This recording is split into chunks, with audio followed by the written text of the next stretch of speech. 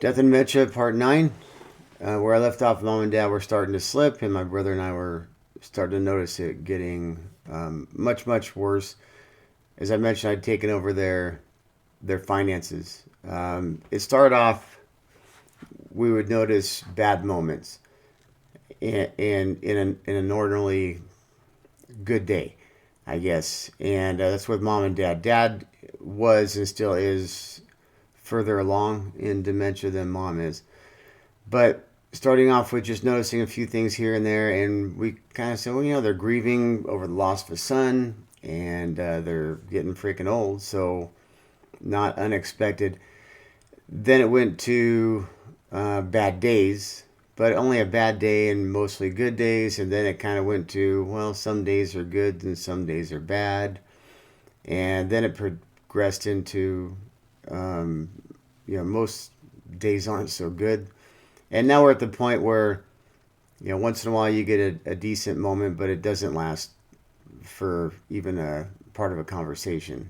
And so the progression for us was pretty quick. Like I said, from the time I took over their finances, I was more concerned dealing with my brother's estate because Mom and Dad were still making all their decisions. They were still driving. They were still paying their bills up until I took over, and they understood all those things.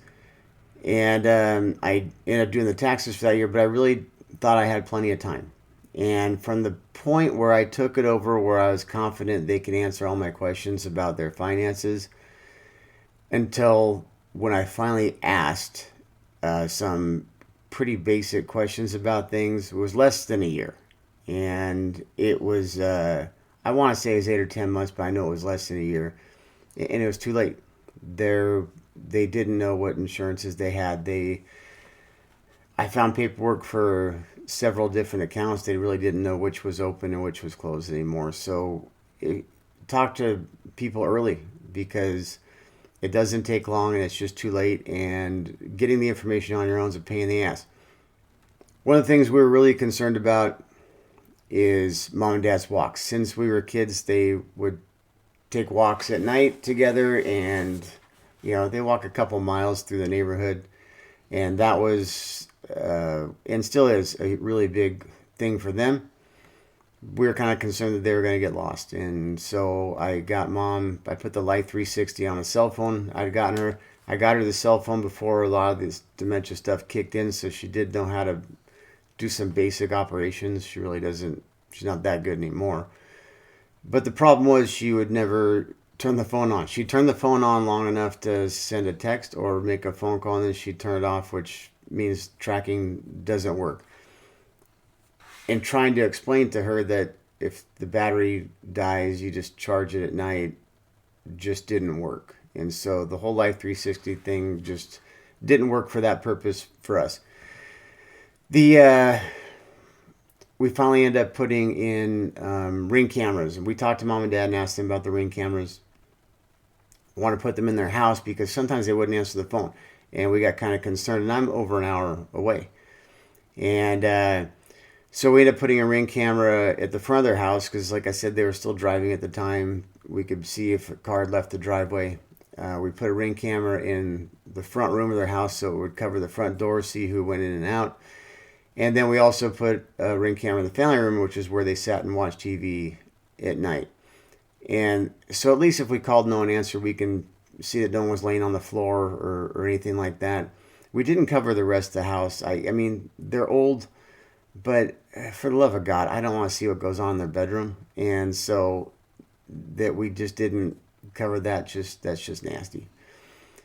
But the Ring cameras actually worked really well. We could look at our phone and say, okay, they're watching TV and just didn't hear the phone or didn't understand what the phone meant, and so they didn't answer it. We ultimately convinced Dad not to drive. He wasn't happy about it, and to get someone to give up their freedom like that is a big deal. And at the time, like I said, he was having lots of bad moments, but you could still talk to him during some points, and he seemed to understand quite a few things for the most part.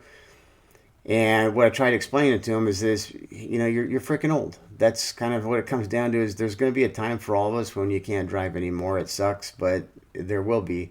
and you're old, and you can't be driving. You can either keep driving until you hit someone or hurt yourself or someone else, or you can stop before that happens. And it over a long period of, several weeks, several conversations, finally convinced him not to drive. Wasn't happy about it, but he didn't drive. Mom was still driving here and there, and she shouldn't have been. And so the family friends who were helping us slowly started doing more and more of the driving, and we just kind of weaned Mom out of that driving. And then you're going to have to make your own decisions on some of these things. We started making up, hey, mechanical problems for the car, and it needs to have work on it before you can drive it. And yeah, we're lying, but we're trying to kind of take it easy on them about not being able to drive. At the same time, we wanted to protect them from hurting themselves or someone else. We're doing it. And ultimately, we got them both to stop driving. Going through their paperwork, one of the things I stress that if you're dealing with elderly people, monitor anybody who's doing work on their house. I found out that people have been ripping my folks off for years, and there's nothing you can do about it down the road. I had a buddy who had his own plumbing business who would do work over there, and at one point Mom heard the pipes knocking, which is pretty normal, but she panicked and didn't call me to call my friend. She just called the plumber out of the phone book or whatever it was.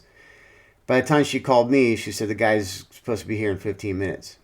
And so, like I said, I'm over an hour away. And I said, don't sign anything. Don't promise him any work.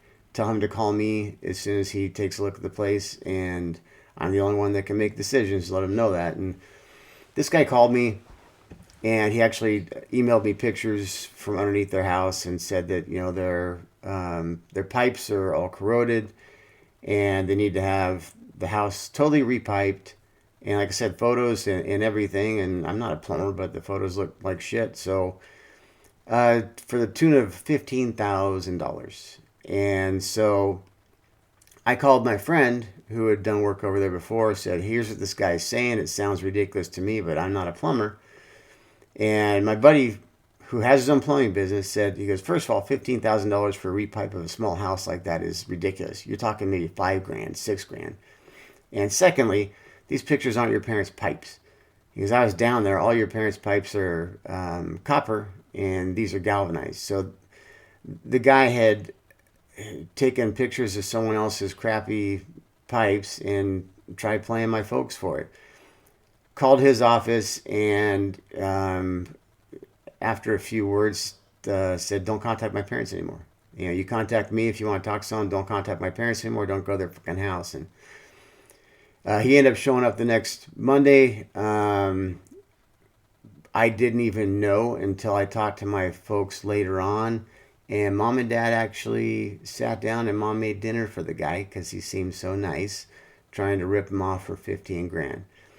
So I did have another conversation with his secretary after that, and I was a little bit more of a dick about it, and he stopped calling. And so really pay attention to any of these workers that are coming in and out, because going through the paperwork I saw they'd been paying extended warranties on VCRs and TVs they hadn't owned in years. And so people really out there take advantage of some of these older folks.